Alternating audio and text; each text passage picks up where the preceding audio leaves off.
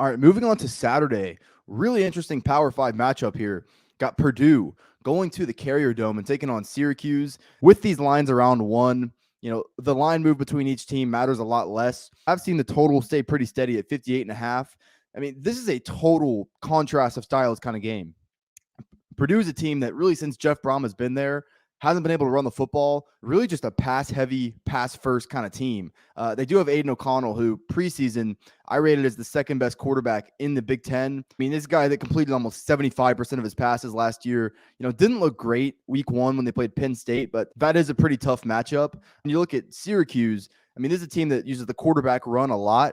They got a really young but dynamic running back in Sean Tucker, who had a great true freshman season. So this is a total clash of styles here. Syracuse has actually surprised me a little bit with how they've looked offensively earlier in the year. I mentioned in the last video that they, handled Louisville mightily. I mean, they were 5-point dogs at home in week one, and they won that game by 24. I mean, Garrett Schrader, their quarterback, looked really good through the air in that game. They protected him well up front. So this is going to be a good chance to see, is that real, or was that kind of more on Louisville's defense? Because coming into the year, I had very little expectations for their passing game, but did think that they would be able to, pound the run game with both Tucker and Schrader. So this is going to be a good chance to see just kind of how far their passing game has come. I think it'll be an interesting matchup on the line of scrimmage because I didn't necessarily have high expectations for Syracuse line coming into the year, but Purdue lost 2 key edge rushers off last year's team and worry a little bit about how they're going to replicate that level of production, especially early in the season. Do you think that Purdue defense is attackable?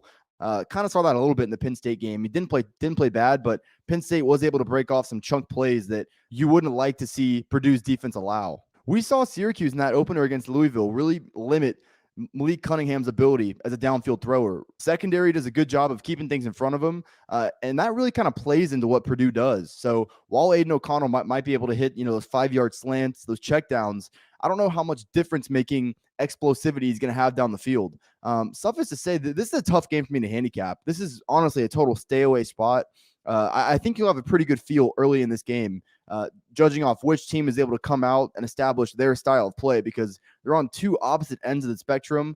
If you're asking me, I mean, if you asked me before the season, if I could get Purdue at basically a pick against this Syracuse team, I probably would have taken it. But the more I've thought about Purdue, they're just so unbalanced offensively. They're really a one-trick pony. And if we saw anything from week one, I mean, they absolutely pissed down their leg at the end of that game. Jeff Brom is a guy, as smart of an offensive mind as he is, he's not a winner. He never has been a winner. So I don't really like that about them either. And maybe Syracuse has taken that next step offensively. Maybe their passing game is going to show improvement consistently throughout this season. I think this is going to be a good test to find out. I don't really have a great feel on the total given the total clash of styles here. I've actually already released 4 best bets here for week 3. Gave those out this morning here on Wednesday. Plan to have the rest of my week 3 card out by Thursday. Main place you can follow to see what I'm on officially is Twitter. Follow me there at Fordham Betting. One more thing, guys. Check out proud90.com for all your golf apparel needs. You see this shirt right here. I know you've been staring at it the whole time. They got unique but very comfortable polos as well. They got t-shirts, hoodies, quarter zips. Browse their selection, and if you see anything you like at checkout, use code Fordham. It's going to get you 15% off your order.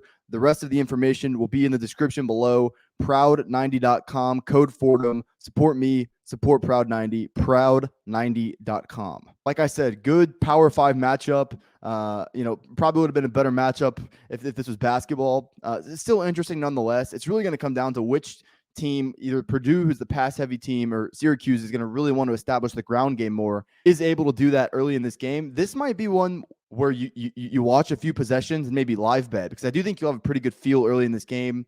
As far as right now, though, I am going to lay off.